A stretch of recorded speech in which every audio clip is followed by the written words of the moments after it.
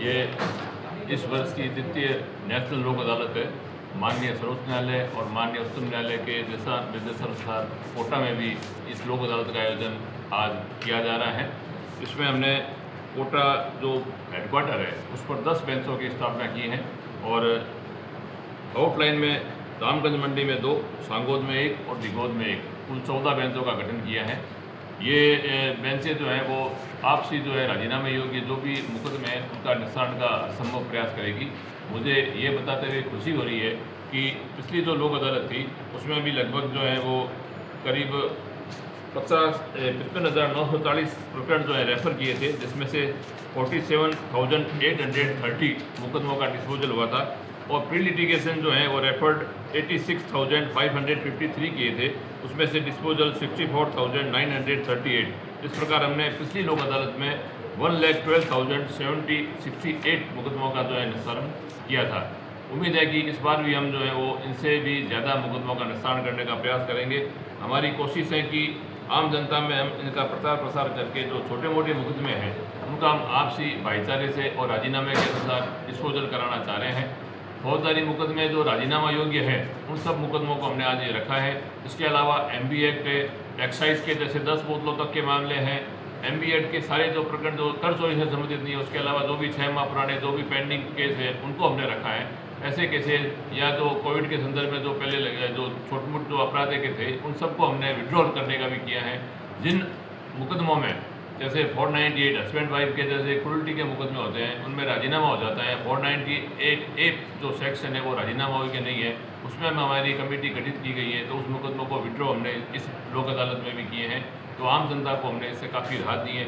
KADL से संबंधित लोक अदालत का जो आयोजन यहाँ अलग से जो बेंच बना करके किए हैं उनके सारे अधिकारी आते हैं। प्री लिटिगेशन में सभी बैंकों के अधिकारी आते हैं, बीमा कंपनी के अधिकारी आते हैं।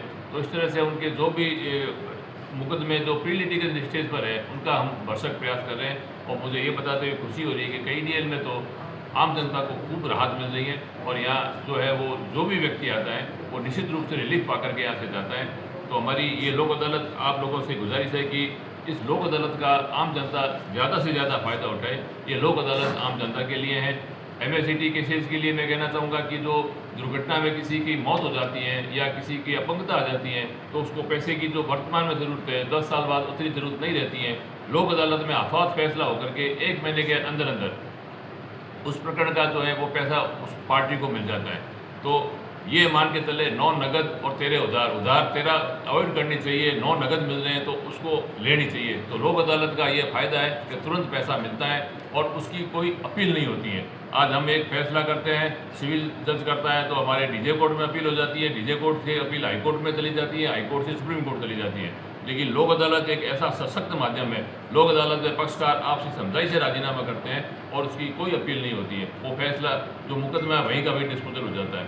तो ये जो आपको पैसा मिला है उसमें कहीं पर भी गुंजाइश नहीं है कि इसमें कमी आने की कोई संभावना हो। आज जो पैसा मिल गया है MSCT हो या किसी भी केस में तो वो आपका फाइनल है। इसके अलावा सिविल मुकदमों के लिए मैं कहना चाहूँगा कि आपस में जो भाई बंधों में बंटवारे का है, इसी प्रकार से अन्य कोई स्पेसिफिक परफॉर्मेंस के दावे हैं तो समझाई से राजीनामा हो जाता है। उनमें हम जो कोर्ट फीस होती है वो पक्षकार को वापस देते हैं।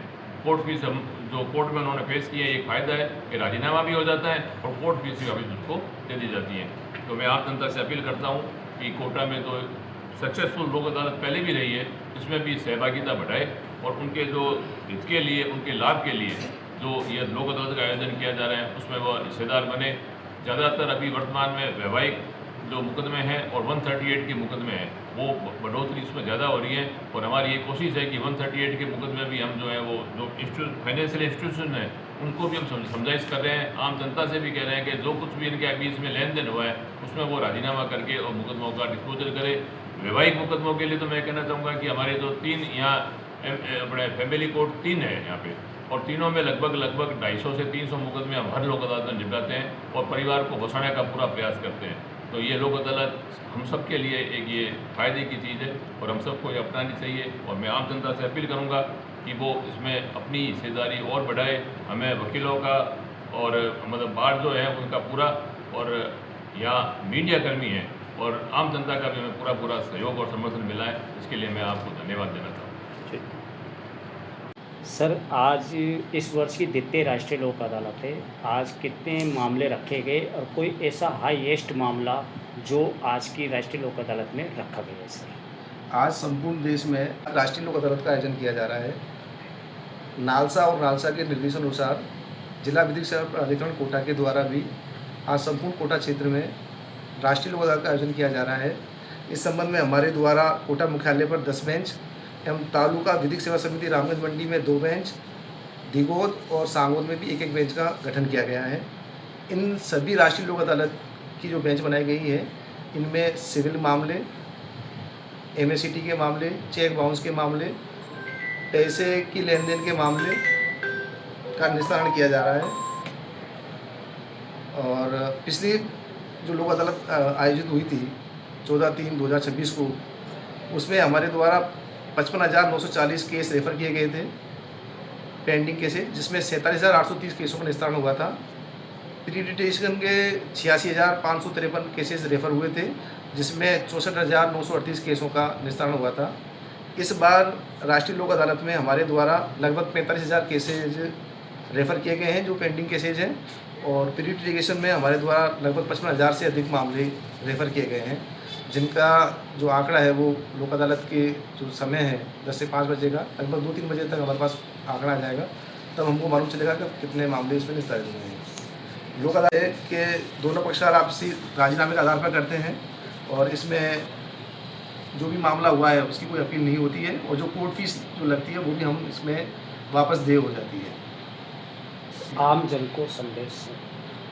ज़्यादा से ज़्यादा लोक अदालत में अपने आपसी जो मामले हैं उनको निस्तारण करवाएं। इससे क्या है कि तो मनमुटाव जो रहता है वो सदा के लिए दूर होता है। इसमें किसी की हार या जीत नहीं होती है, इसमें दोनों ही पक्ष जीतते हैं, किसी पे कोई दबाव नहीं रहता है। दोनों पक्ष सहमत होने के उपरांत ही हम इसमें राजीनामे के आधार पर मामले का निस्तारण करते हैं, जिससे लोगों की जो दूरियाँ हैं, जो मनमुटाव है वो दूर होता है। तो इसका ज़्यादा से ज़्यादा उपयोग करना चाहिए।